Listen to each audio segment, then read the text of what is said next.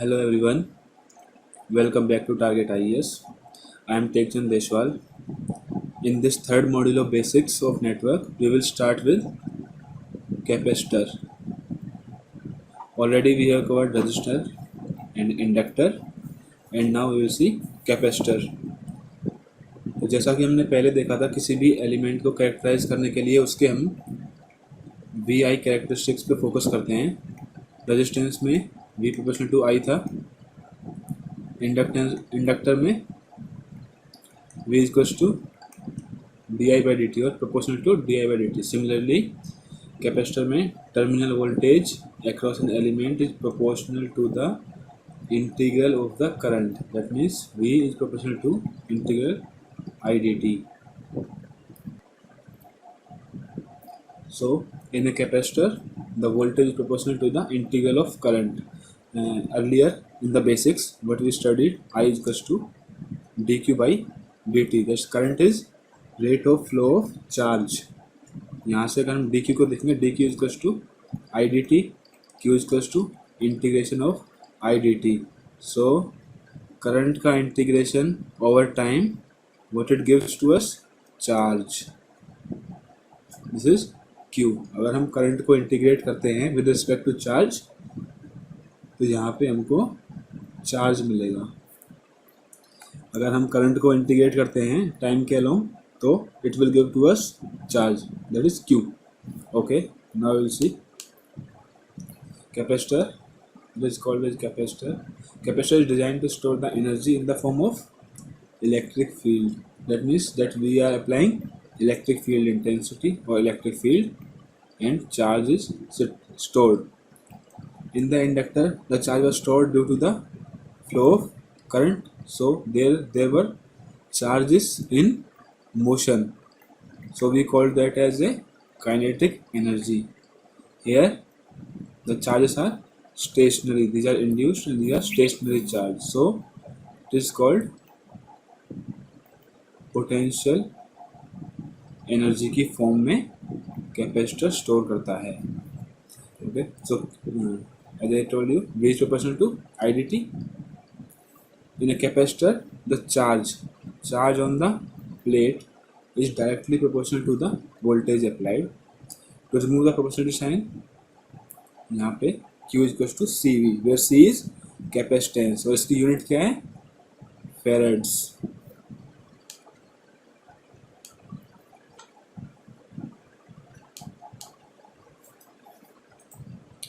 Okay, in the current we saw I is equals to dq by dt. Q क्या है? CV. यहाँ से Q को इसमें डालेंगे हम, Q CV. I will come to C into dv by dt plus V into dc by dt. Now this terms, when this term comes, the meaning of this term is change in capacitance with respect to time. Now generally in all capacitors that we see in our real life in the network and circuits, like a fan capacitor or a cooler capacitor, the capacitance is fixed and it does not change with respect to time. So in those devices or in those circuits, dc by dt is equals to 0. But again, as we saw in measurements for inductance, it changes with time. Here also there are some measurements applications like displacement meter, level detector, where capacitance is equals to epsilon a by d. A is the overlapping area of plates, epsilon is permittivity, d is distance between the plates. When any one of these change, the capacitance can change. So in the level detectors or displacement meter, these plates may move, this distance may increase or decrease, this distance d. So in those applications, our capacitance changes. So in those circuits, dc by dt will not be 0. जहाँ पर time के respect में overlapping area of plate या फिर permittivity या फिर distance between the plates change हो, वहाँ पर dc by dt 0 नहीं होगा.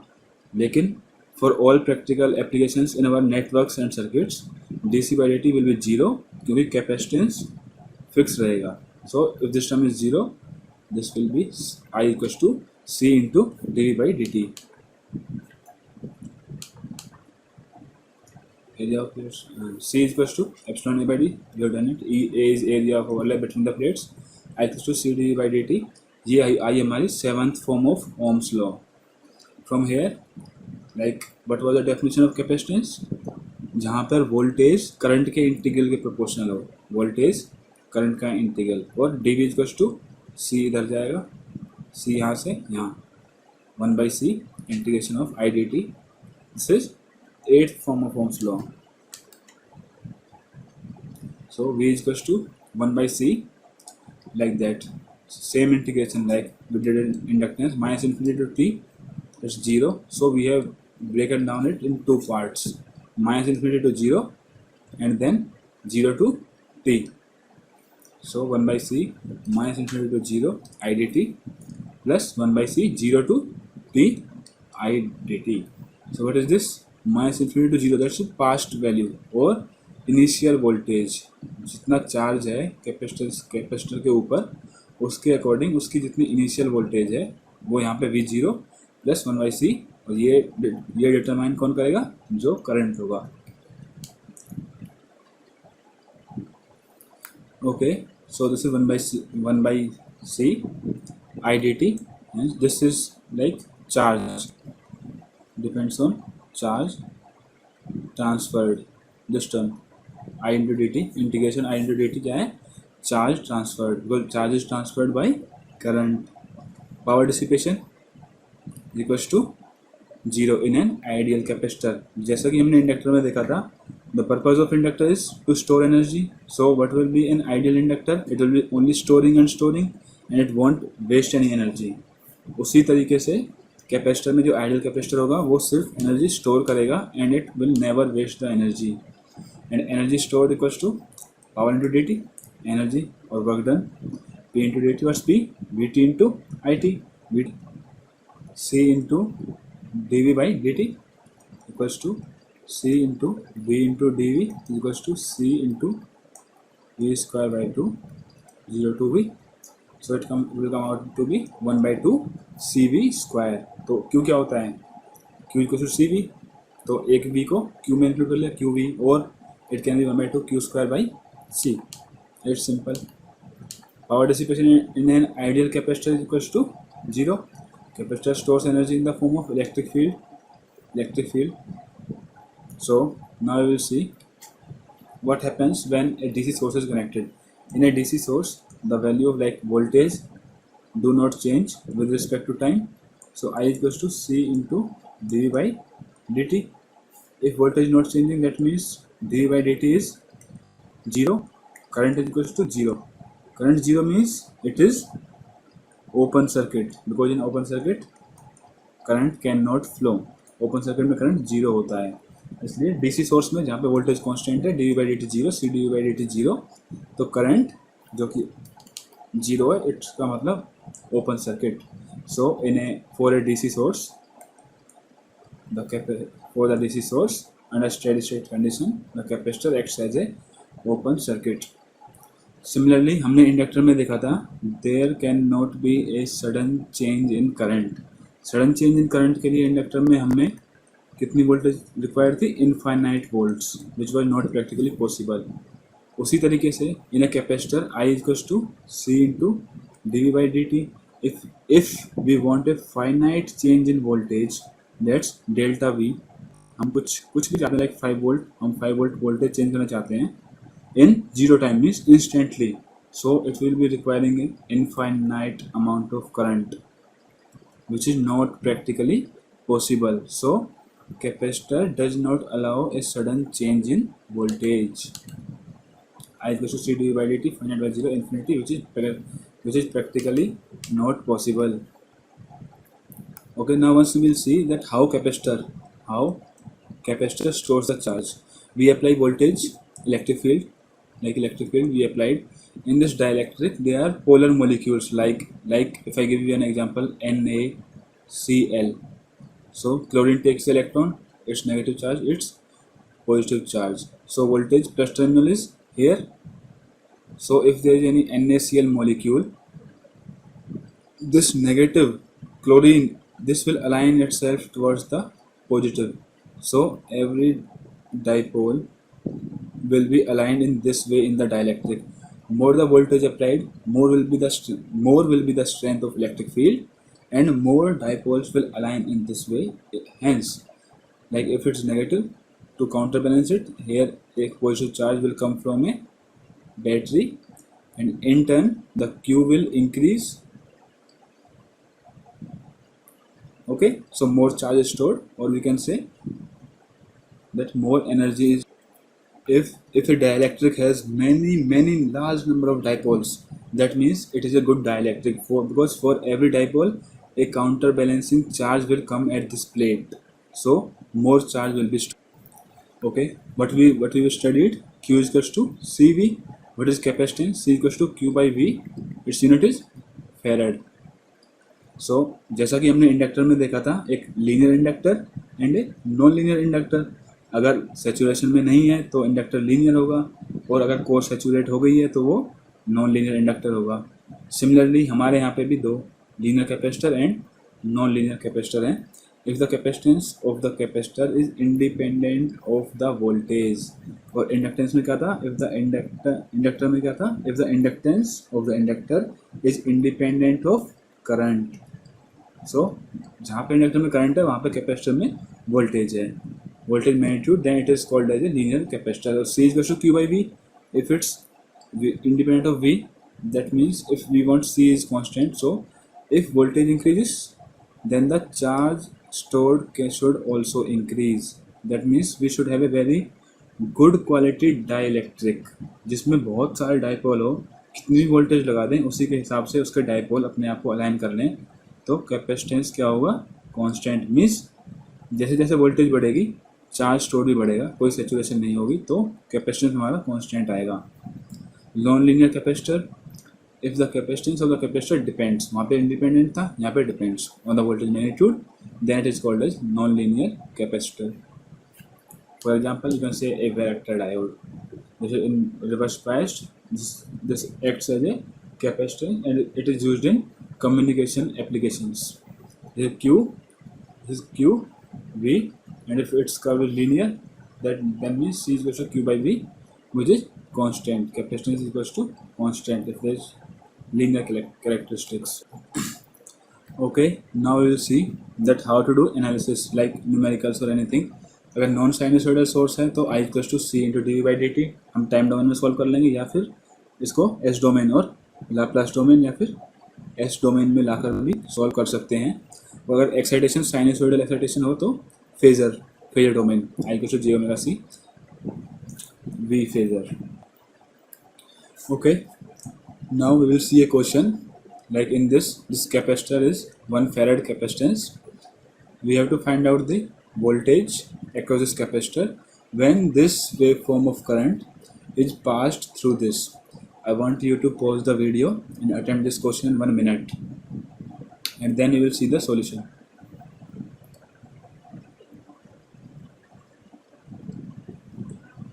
Okay, now see, what is Q equals to C into V. What is voltage? It equals to Q by C. If we get the Q, we can get the voltage because capacitance equals to 1 farad. I equals to dq by dt. So what is Q? Q is equals to integration I dt. तो हमें क्या करना है, integration, but integration हमें क्या देता है, integration gives us area. So I into dt, but does this gives us to us? It gives us the area. So what's the area of this triangle? 1 by 2 into base into height. 1 by 2 into what is base? 4. Height 2. So it is 4 coulomb. Means area is 4, but the area represents charge. So charge is 4 coulomb. तो voltage क्या आएगी? V equals to Q by C. Q क्या है? 4 coulomb by 1 farad equals to 4 volts. Alternatively, we can also do this like V equals to 1 by C integration I dt. Directly formula. This is with derivation. जैसे हमने drive किया था उसी तरीके से step by step, या फिर हम सीधा फॉर्मूले से अप्रोच कर सकते हैं. 1 by 1 integration of I dt. This is minus infinity to t, 1 by 1, minus infinity to 0. There is no current here, there is no current here, so current is present only in this portion. So integration will be from 0 to 4 I dt. This is also the area, which is equals to 4. So what is voltage? 4 volts. Okay, now after the charge, current, potential difference, law of conservation of charge, law of conservation of energy, उसके बाद फिर हमने second में circuit elements किए R, L and C, and now we will see the sources. So what is the source? That supply something. If it is a current source, it will supply current. और अगर ये एक voltage source है तो ये हमें voltage provide करेगा. So how many types of sources are there? Generally sources are of two types, voltage source and current source. First we will see a classification of sources. Let's see that first. Generally sources are classified as, sources may be voltage source or a current source. Secondly, there may be independent source and dependent source. Independent source वो होते हैं जिनकी output voltage और current do not depend on any circuit conditions. Means circuit में कुछ भी हो, independently वो जो सप्लाई कर रहे थे वो वही सप्लाई करते रहेंगे. We will see through examples, don't worry. And dependent sources are those जिनकी वोल्टेज या फिर करंट सर्किट में किसी रेजिस्टेंस और फिर या फिर किसी ब्रांच के अक्रॉस जो वोल्टेज या करंट है उस पर डिपेंड करती है, उन्हें हम बोलते हैं dependent source. Okay, now we will see one by one the all sources. First, let's see what is an independent source. If the terminal voltage or current is completely independent of the current, or the current is completely independent of the voltage from the element, it is called as independent source. इसी तरह से the element for which either the voltage or current depends, यहाँ पे independent में क्या था? Independent है, current है, वोल्टेज जितना भी दे रहा है वो इंडिपेंडेंटली दे रहा है, बट यहाँ पे डिपेंड्स ऑन द वोल्टेज और current somewhere else in the circuit, then the element is called as dependent source. Okay, पहले हम देखेंगे इनके representations. Voltage source, independent voltage source क्या होगा? ये सिंबल है, ये like if there is non sinusoidal source, sinusoidal का ये है एक साइन वेव अंदर, sometimes angle is shown if there is angle. Okay, next term is ideal. What is ideal? जो हमारी कल्पना है, ऐसा कुछ भी नहीं होता है. आइडियल वोल्टेज सोर्स मीन्स अगर एक वोल्टेज सोर्स जो हमने बनाया कि 5 वोल्ट का वोल्टेज सोर्स है ये, अगर इर्रिस्पेक्टिव ऑफ द करंट, चाहे करंट कितना ही जा रहा हो, irrespective of that current, if it continues to give 5 volt only, then it is called ideal voltage source. So it has zero internal resistance, means कितना भी करंट हो, drop तो अंदर जीरो ही होगा. So terminal voltage will always be 5. अगर इसका Vs है तो चाहे करंट कितना भी हो, I करंट कितना भी जा रहा हो, बट इंटरनल रेजिस्टेंस जीरो है, यहाँ पे कोई रेजिस्टेंस नहीं है तो कोई ड्रॉप ही नहीं है, तो हमेशा ये Vs वोल्ट आएगा. This is called as ideal voltage source, always constant. But practically क्या होता है, जो इंटरनल रेजिस्टेंस होता है किसी भी वोल्टेज सोर्स का वो वेरी लेस होता है, but not zero. It's less but not zero. जितना Rs कम होगा हमारा वोल्टेज सोर्स उतना अच्छी क्वालिटी का होगा. Means R and quality are inversely proportional. जितना कम इंटरनल रेजिस्टेंस उतनी अच्छी क्वालिटी. क्यों? Like if this Rs internal resistance, this is Vs, this is terminal voltage V. So what is V? V is equals to Vs तो है ही है Vs. अब इसमें से कुछ रेजिस्टेंस कुछ वोल्टेज खा गया, करंट इस डायरेक्शन में फ्लो कर रही है तो plus minus I into Rs. So terminal voltage V is equals to Vs minus I Rs. जैसे जैसे करंट बढ़ेगा ये टर्म इंक्रीज होगी एंड ये टर्म डिक्रीज होगी. करंट बढ़ा तो Vs is what? When I is equal to 0, so there is no drop, terminal voltage is equals to the source voltage. लेकिन जैसे जैसे करंट बढ़ेगा i into r s, this drop is i into r s, ये drop बढ़ना शुरू हो जाएगा and this voltage will have a droop और falling characteristics. Okay, now we will see current source. Voltage source क्या देता है? ईएमएफ, और इट गिव्स द वोल्टेज और potential difference. Similarly current source क्या देगा? It will give us current. Independent source, independent independent, और ये सारे इंडिपेंडेंट सोर्सेस हैं। ये एसी और साइनसॉइडल के केस में रिप्रेजेंटेशन, नॉन साइनसॉइडल और डीसी। सिमिलरली जैसा हमने वोल्टेज सोर्स में देखा है, आइडियल करंट सोर्स क्या होगा कि इसके अक्रॉस कितनी भी वोल्टेज हो, it will always continue to give the same 5 ampere. चाहे इसके अक्रॉस वोल्टेज 100, 200, 0, 2, 5, 10 कुछ भी हो, अगर ये कंटिन्यूसली 5 एम्पियर ही दे रहा है, then it means it's an ideal current source. It has infinite internal resistance, क्योंकि करंट सोर्स का जो इंटरनल रेजिस्टेंस होता है वो हम पैरेलल में शो करते हैं। वोल्टेज सोर्स को सीरीज में शो करते हैं, करंट सोर्स का पैरेलल में शो करते हैं। जब पैरेलल में इनफाइनाइट होगा तो मतलब open circuit, infinite resistance means open circuit, तो जितना भी करंट आएगा it will always go towards the load side. So यहाँ की वोल्टेज कुछ भी हो, इनफाइनाइट में तो यानी ओपन सर्किट में तो कुछ करंट जा ही नहीं सकता, तो जितना भी करंट आएगा वो सारा यहीं पे जाएगा। So it is called as ideal current source. लेकिन प्रैक्टिकली तो ऐसा कुछ होता नहीं है, इसलिए प्रैक्टिकल करंट सोर्स कैसा होगा? There will be very high but not infinite parallel resistance in a current source. It has finite internal resistance and it delivers energy at a specified current which depends on the voltage across the source. Means अगर ये voltage increase होगी, जिस terminal voltage अगर increase होती है ये, तो सीधी सी बात है इसमें करंट क्या है? आई वन इक्वल टू क्या है? V by R S.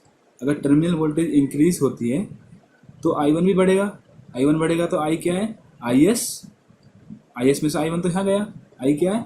I S minus I one. तो अगर आई वन इंक्रीज होगा तो ऑटोमेटिकली आई डिक्रीज हो जाएगा, क्योंकि आई वन है V by R S, V increase हुआ तो आई वन इंक्रीज हुआ। तो प्रैक्टिकल करंट सोर्स के कैरेक्टरिस्टिक्स कैसे होंगे? जैसे जैसे वोल्टेज इंक्रीज हो रही है वैसे वैसे करंट डिक्रीज होता जाएगा। And for questions, this is a tip.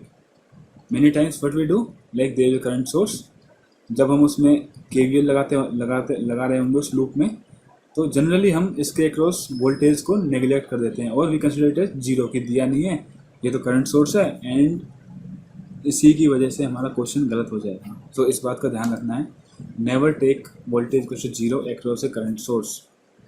Current source does not have zero voltage across its terminals while providing the current. Its voltage entirely depends on the circuit in which it is connected, और वो vary करता रहता है। In the real time source only in the real time, यानी कि जो हमारे practical applications होते हैं वहाँ पे सिर्फ इंडिपेंडेंट वोल्टेज सोर्स होते हैं। इंडिपेंडेंट करंट सोर्स का एनालिसिस हम सिर्फ सिंप्लीफिकेशन के लिए करते हैं, बाकी कुछ नहीं। मेनली तो हमारे प्रैक्टिकली तो वोल्टेज सोर्स अवेलेबल होते हैं। ओके, तो जब हम क्वेश्चंस करेंगे independent current source, independent voltage source, हम इनको एज इट इज़ हैंडल करेंगे एक्सेप्ट सुपरपोजिशन थ्योरम और नॉर्टन एंड थेवेनिन इक्विवेलेंट। इन दोनों चीज़ों में हम 1 by 1 सोर्सेज को डीएक्टिवेट करते हैं, इसलिए इनमें हम उनसे डीएक्टिवेट करेंगे तो अलग प्रोसेस होगा, वो हम थ्योरम्स में आराम से देखेंगे, no issue. But otherwise in all questions they are treated as it is. Okay, now we will see some tricks, or you can say some short concepts. V1 V2 minus plus, this is low potential, this is high potential, but इस battery के लिए ये high low potential और ये further high potential. Means अगर ये कुछ potential है, V2 ने इसे एक V2 अमाउंट से इंक्रीज कर दिया, V1 ने इसे फर्दर इंक्रीज कर दिया, तो हम इन दो को कंबाइन रिप्रेजेंट कर सकते हैं एक voltage source minus plus V1 plus V2। Next you can see they are connected in opposition. So इस केस में या तो इसे हम V1 बाई V2 लिख सकते हैं, या फिर अगर बड़ी battery like if this is 5 volt, this is 5 volt, this is 10 volt, तो उस केस में तो ये बैटरी डोमिनेट कर रही है, तो हम इसे लिखेंगे माइनस प्लस V2 माइनस में V1। हम इसको ऐसे भी लिखते हैं तो क्या होता है, भाई V1 क्या है 5, 5 माइनस 10 क्या आया माइनस का 5। अब जैसे मैंने बताया था पहली वीडियो में, तो इस माइनस के 5 को आप अंदर मल्टीप्लाई कर दो, माइनस के 5 को अंदर मल्टीप्लाई कर दो, तो minus into minus plus, plus minus into plus, it is minus, so V2 minus V1 again 5। सो तुम किसी भी फॉर्म में कर सकते हो, लेकिन अगर ज़्यादा वोल्टेज मैग्नीट्यूड को लोगे तो सीधा सीधा फर्स्ट स्टेप में हो जाएगा, साइन को अंदर मल्टीप्लाई करने की जरूरत नहीं रहेगी, लेकिन आपकी मर्जी है, आप कैसे भी कर सकते हो। ओके, अगर दो वोल्टेज सोर्स पैरेलल में कनेक्टेड हैं और ये दोनों आइडियल हैं, ओके नाउ सी, अगर ये आइडियल हैं, आइडियल है तो मीन्स इनके अंदर कोई भी रेजिस्टेंस नहीं है, resistance is zero, resistance is zero. तो उस केस में अगर दो वोल्टेज सोर्स पैरेलल में है, then it is a must condition, otherwise KVL valid कर जाएगा। क्योंकि अगर ये ऐसे हुआ, suppose see here, if it's like this, ये 5 वोल्ट है और ये 7 वोल्ट है, ओके ये 7 वोल्ट है, ये 5, ये 7 वोल्ट है, कोई भी रेजिस्टेंस नहीं है, बड़ी बैटरी ये हुई, so this battery will try to drive current through this battery, ये इसको चार्ज करेगी क्योंकि ये 5 वोल्ट है, ये 7 वोल्ट है। So what will be current, current will be potential difference upon resistance, 7 minus 5 divide by resistance कितना है 0, कहीं रेजिस्टेंस है ही नहीं, आइडियल है, क्या हुआ 2/0, infinite amperes. Is it possible? No. So कभी भी अगर दो आइडियल सोर्स पैरेलल में कनेक्टेड हैं तो उसको आप ट्रीट करेंगे एज ए सिंगल सोर्स, क्योंकि उन दोनों की वोल्टेज, ये एक मस्ट कंडीशन है, not should, it's must, V1 equals to V2। okay, now you'll see further, this is not an important concept but I will tell this. If this is a voltage source, in parallel there is a resistance, and if you are doing calculations for the load side, like take example of this circuit, voltage source, parallel resistance, this is load. If we are doing load calculations and load is also connected in parallel with this resistance and the potential or voltage source, तो load की power की calculation, load की power, load का current, load की power, load की power, load का current और load की वोल्टेज, इन सब की कैलकुलेशंस के लिए हम इस रेजिस्टेंस को इग्नोर कर सकते हैं। लेकिन अगर हमें सोर्स साइड से करंट निकालना है या सोर्स की पावर निकालनी है तो हम इसे नेग्लेक्ट नहीं कर सकते। ध्यान रखना, अगर लोड का निकालना है तो कर दो नेग्लेक्ट, लेकिन इस कॉन्सेप्ट को तुम, इस कॉन्सेप्ट को याद नहीं रखोगे तो अभी कोई ज़्यादा प्रॉब्लम नहीं है। सपोज मैं दिखा देता हूँ कैसे गलती होगी। अगर हमने दोनों को कंसीडर किया, आई एस विल बी इस ब्रांच में करंट प्लस इस ब्रांच में करंट, इस ब्रांच में 5 5 10 100/10 10 एम्पियर, यहाँ पे भी 10 एम्पियर, यहाँ पे आया 20 एम्पियर, सोर्स ने पावर डिलीवर करी 100 इंटू 20 2000 वॉट्स। लोड में करंट कितना आया 10 एम्पियर, 10 एम्पियर, और लोड की वोल्टेज VL 10 एम्पियर आया तो 10 इंटू 5 50 वोल्ट्स। वो सिंपल है। अगर हम इसको वही अप्रोक्सीमेट करते हैं कि लोड को निकालने के लिए इस रेजिस्टेंस को इग्नोर कर दें, तो यहाँ का रेजिस्टेंस हमने इग्नोर कर दिया। Now 5 5 10, what will be the current 10 ampere only, what will be VL 10 into 5 10 into 5 50 volts, okay so 10 ampere 50 volts. But अगर हम सोर्स को देखें तो सोर्स से कितना आया, यहाँ तो कुछ करंट जा ही नहीं रहा क्योंकि हम तो भूल गए उस रेजिस्टेंस को। सोर्स से भी 10 एम्पियर आया, ये हुई हमारी गलती। पहले IS 20 था, अब 10। तो कभी भी लोड साइड करना है तो ही कर सकते हो इसे, सोर्स साइड करना है तो नहीं करना। सिमिलरली अगर वोल्टेज सोर्स के पैरेलल में है तो करंट सोर्स के अगर सीरीज में है कोई तो भी उसको हम नेगलेक्ट कर सकते हैं। अगर कैलकुलेशन लोड एंड पे करनी है तो, अगर कैलकुलेशन इस एंड पे करनी है तो सीरीज को हम नेगलेक्ट कर सकते हैं। लेकिन अगर सोर्स के लिए कर रहे हैं, सोर्स से पावर कितनी जा रही है या सोर्स पे वोल्टेज कितनी है, उसमें हम उसे नेगलेक्ट नहीं कर सकते। बेटर होगा इस अप्रोक्सीमेशन को ना यूज़ करो। Okay, if this kind of combination comes, like suppose here some resistance is connected, okay, तो सोचो this voltage source is connected between यानी कि इस पॉइंट और इस पॉइंट, इन सब पॉइंट्स के बीच का रेजिस्टेंस क्या है, V वोल्ट्स, यानी कि रेजिस्टेंस के अक्रॉस पोटेंशियल डिफरेंस कितना है, V। तो करंट क्या होगा, I small i is equal to potential difference divide by resistance, I equal to V by R, यानी कि यहाँ पे आया I equal to V by R। तो यहाँ से जितना भी करंट आ रहा हो, इट डजेंट मैटर, ये रेजिस्टेंस तो सिर्फ अपने हिस्से का V बाई R ही लेगा।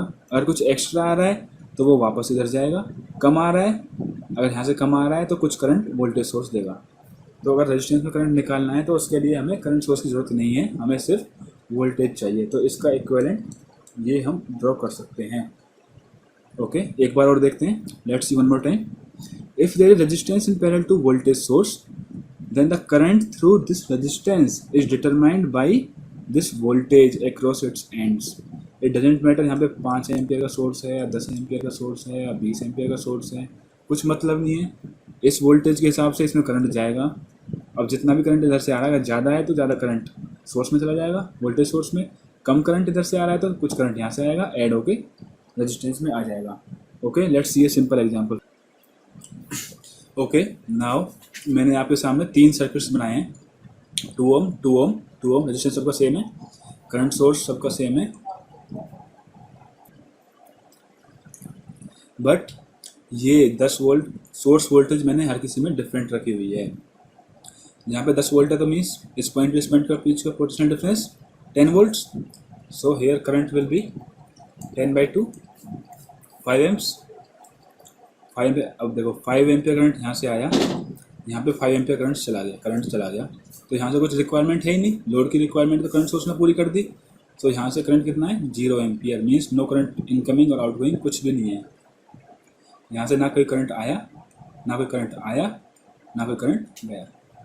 Second case, when the voltage is 20 volts 2 ओम, अब करंट कितना जाएगा, 20/2 10 एम्पियर, तो 5 एम्पियर यहाँ से आया और 5 एम्पियर यहाँ से आया, टोटल 10 एम्पियर हो गया, मीन्स इस बार वोल्टेज सोर्स की सप्लाई कर रहा है। Third case 8 volt, it will be 4 ampere, यहाँ से 5 एम्पियर आया, 4 इधर गया, बचा हुआ किधर जाएगा, इधर। इसका मतलब करंट सोर्स इधर भी पावर दे रहा है, इधर भी पावर दे रहा है। सो इस रेजिस्टेंस के अंदर करंट निकालने में जो मेन रोल है वो सिर्फ और सिर्फ इस वोल्टेज का रहा है, इस करंट सोर्स का कोई रोल नहीं है। तो वही अप्रोक्सीमेशन उसमें दिखाई गई थी इस सर्किट में कि अगर पैरेलल में करंट सोर्स और वोल्टेज सोर्स पैरेलल में है तो इफेक्टिवली वोल्टेज सोर्स फंक्शन करेगा। ओके, अगर सिमिलरली अगर I1 I2 जैसे वोल्टेज सोर्स, जब 2 वोल्टेज सोर्स पैरेलल में थे तो क्या जंक्शन था कि V1 = V2 आना चाहिए मस्ट, बट हेयर यहाँ से I1 आया, यहाँ से I2 आया, इस पॉइंट पे दोनों ऐड होंगे, क्या गया यहाँ से I1 + I2, सो इसको इक्विवेलेंट I1 + I2 में हम लिख सकते हैं। सिमिलरली I1 ऊपर, यहाँ से I1 आया, इधर I2 गया, तो यहाँ पे क्या होगा I1 - I2। अगर केस ऐसा हुआ कि अगर I2 ग्रेटर देन I1 है तो ये टर्म क्या आएगी, नेगेटिव, तो उस साइन को अंदर मल्टीप्लाई कर देंगे तो क्या हो जाएगा, इसकी डायरेक्शन चेंज हो जाएगी। सपोज यहाँ पे 10 एम्पियर आया, इधर 20 एम्पियर गया, तो इसका मतलब क्या होगा, नेट नेट इधर देखो, नेट होगा 10 एम्पियर्स नीचे की तरफ। Okay, let's take this clear example to understand it more easily. यहाँ से 10 एम्पियर आया, ये 10 एम्पियर का है, यहाँ पे कितना है 20 एम्पियर गया, यहाँ से 10 आया, यहाँ पे 20 गया, तो 10 कहाँ से आया होगा, यहाँ से 10 एम्पियर आया। तो अगर हम इक्विवेलेंटली इस सर्किट को देखें, इस सबको नेगलेक्ट करके, तो क्या बनेगा, like this. Okay, now next, when 2 current source are connected in series, तो इस केस में I1 must be equal to I2, क्योंकि जितना करंट यहाँ से आया है, बीच में तो कोई ब्रांच जा नहीं रही कहीं भी, तो वही करंट यहाँ से आएगा, वही करंट यहाँ से एंटर करेगा, वही करंट यहाँ से जाएगा, तो I1 must be equal to I2 and that may be considered as I। इसका इक्विवेलेंट ये होगा। जैसे हमने वोल्टेज सोर्स के पैरेलल में रेजिस्टेंस को इग्नोर किया था, वो load side calculations similarly current source के सीरीज के रेजिस्टेंस को भी इग्नोर कर सकते हैं जब हम कैलकुलेशन कर रहे हैं लोड साइड पर। इफ़ अगर हमने देखा था जब पैरेलल में वोल्टेज सोर्स और करंट सोर्स हैं तो कौन कौन कौन लोड साइड की कंडीशन को कंट्रोल कर रहा था, वोल्टेज सोर्स। तो करंट सोर्स उसमें रिडंडेंट था, हमने इसको रिप्लेस कर दिया था वोल्टेज सोर्स से। हमने पीछे 3 एग्जांपल्स देखे थे इसी के रिगार्डिंग। सिमिलरली अगर वोल्टेज सोर्स और करंट सोर्स सीरीज में है तो like if this is I, so I ampere आएगा, आई आएगा, आई एम्पियर आएगा। यहाँ पे वोल्टेज सोर्स का कोई ज़्यादा रोल कुछ भी नहीं है, बस यहाँ पे जहाँ भी जाएगा सर्किट में जाएगा ये आई करंट ही जाएगा जो करंट सोर्स से आया है। तो इसको हम रिप्लेस कर सकते हैं equivalent of I current source.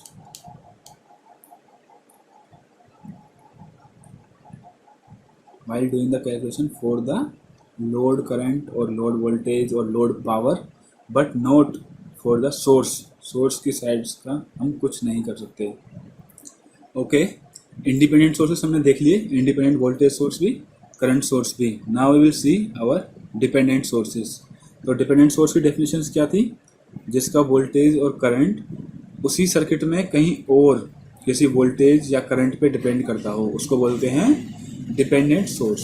So these are of 4 types: voltage controlled voltage source, current controlled voltage source, voltage controlled current source, current controlled current source.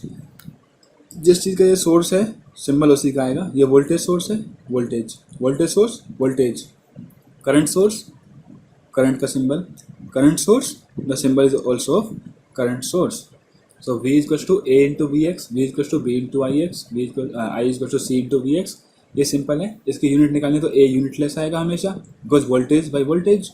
B निकालना हो तो वोल्टेज बाई करंट ओम आएगा, C निकालना हो तो current amperes by voltage क्या आएगा, मो और सीमेंस। और D निकालेंगे तो current by current, ampere by ampere, it will also come as unitless. Okay, so now we will proceed towards KCL, KVL. After this KCL and KVL, then we will do the questions of previous year. First see branches. What is a branch? किसी भी circuit में कोई भी एक element हो उसको हम branch बोल देते हैं। Like this is also a branch, this is a branch, this is a branch, this is also a. But अपनी कैलकुलेशंस को इजी करने के लिए हम क्या करते हैं, थोड़ा सा सिंप्लीफिकेशन बस। अगर 2 ब्रांचेस में यानी 2 कंपोनेंट्स में same amount of current enter कर रहा है, निकल रहा है, तो उसको हम बोल देते हैं ए सिंगल ब्रांच। यानी कि यहाँ पे वोल्टेज सोर्स और रेजिस्टेंस को मिला के एक सिंगल ब्रांच। ये एक ब्रांच हो गई, ये एक ब्रांच, ये एक ब्रांच, और ये यहाँ से लेके यहाँ तक सिर्फ एक branch. Now we will see कि नोड क्या होता है। नोड सिंपल, जब 2 या 2 से ज़्यादा एलिमेंट्स जहाँ पे कनेक्ट हो तो उस कॉमन पॉइंट को नोड बोलते हैं। There are 2 kinds of nodes, simple node and a principal node, जहाँ पे सिर्फ और सिर्फ एक कॉमन पॉइंट पे सिर्फ 2 एलिमेंट्स मीट कर रहे हैं। Like this is resistance, this is voltage source, so it is a simple node. But अगर किसी नोड पे more than 2 branches are meeting, so this is called as a principal node. When more than two elements are connected together, then the common point is called as principal node, and at this node current division takes place। वो बाद की बात हम देखेंगे हम। Now comes 2 basic laws of network circuit, network analysis, जो हम throughout our electrical engineering हम use करेंगे। So you should be very good at these 2 concepts. First is Kirchhoff's current law. It states that algebraic sum of the currents entering in a node. Algebraic sum means we are also taking the direction. Like if this is a point, if there are n number of currents are entering, if someone is leaving, then we will take this as a negative current, equivalent negative current entering. Like if this is a node, अगर यहाँ से 5 ampere आ रहा है, यहाँ से 5 ampere आ रहा है, 5 और यहाँ पे 10 एम्पियर जा रहा है, तो हम इसको कैसे कंसिडर करेंगे कि ये माइनस का 10 एम्पियर एंटर कर रहा है। तो इन सब का टोटल सम 5 + 5 प्लस माइनस का 10, 5 + 5 plus minus 10 is equals to 0। This is called Kirchhoff's current law. और ये किसकी हेल्प से है, law of conservation of charge. कि अगर जैसे अगर ये नोड है, यहाँ पे इधर से 5 एम्पियर आया, इधर से 5 एम्पियर आया, मीन्स यहाँ से कुछ चार्ज आया 5 कूलम्स पर सेकेंड, 5 कूलम्स पर सेकेंड, तो यहाँ पे चार्ज कितना जाएगा बाहर, 10 कूलम्स पर सेकेंड। 10 कूलम्स पर सेकेंड क्या होता है, एम्पियर। तो मीन्स जितना चार्ज आया उतना चार्ज गया, क्योंकि charge can never be destroyed nor can be created. So KCL is a proof of that. I hope I'm clear. At any node, the incoming current is equals to outgoing current. This is second definition. One definition is algebraic sum of all current is 0. Second is incoming current is equals to outgoing current. We will be using this very often because this is simple. Now we will see the second. This is Kirchhoff's voltage law. Kirchhoff's voltage law states that algebraic sum of all the voltages in a closed loop is 0. एक close loop में अगर हम घूम के आएंगे, जिस point से start करेंगे उसी पॉइंट से घूम के आएंगे तो 0.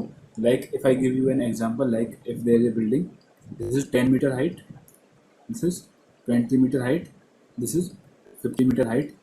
अगर तुम 10 मीटर से 20 मीटर की बिल्डिंग पे गए, 20 से 50 से आए, 50 पे आए, 50 से 0 पे आए, 0 से 0, and then again you come at 10. Again अगर तुम इसी बिल्डिंग की छत पे आ गए तो तुम्हारा एल्टीट्यूड कितना रहेगा ज़मीन से, 10 मीटर ही रहेगा. जिस बिल्डिंग जहाँ से तुमने स्टार्ट किया था वहीं वापस आ गए. सिमिलरली एक KVL में भी जहाँ से तुमने स्टार्ट किया, अगर तुम वहीं पे वापस आ गए तो उस पॉइंट से उस पॉइंट के ऊपर डिफरेंस कितना होगा, इस पॉइंट और इस पॉइंट का डिफरेंस कितना होगा, 0 ही तो होगा. वही होता है KVL, और ये होता है law of conservation of energy पर बेस्ड. ये क्लोज्ड लूप में एल्जेब्रिक सम 0 होता है. लिखते कैसे हैं equation, okay, we will see one equation. Like पहले एक सर्किट है, एक बैटरी है, according to battery you drive the current. इस डायरेक्शन में करंट जाएगा, तो इसमें अगर इस डायरेक्शन में लिखनी है इक्वेशन, अगर बैटरी के नेगेटिव से एंटर कर रहे हो तो -Vs. यहाँ पे कुछ ड्रॉप है, ड्रॉप कितना है, current is IS R1 as पर Ohm's law, V equals to IR, potential difference across an element, I into R. So this is plus minus IS R1. तो -Vs तो आ गया, यहाँ से एंटर करा, अब प्लस से एंटर कर रहे हैं तो प्लस IS R1. फिर यहाँ से आके फिर प्लस से एंटर किया तो plus IS R2 is equals to 0. इस वे में हम हमेशा KVL इक्वेशन इसी वे में लिखेंगे. ये तरीका याद रखना. नेगेटिव से एंटर किया तो माइनस, पॉजिटिव से एंटर किया तो plus. Okay, now in the next class we will do numericals on basics R, L, C and this KVL and KCL and current source, voltage source. Thank you.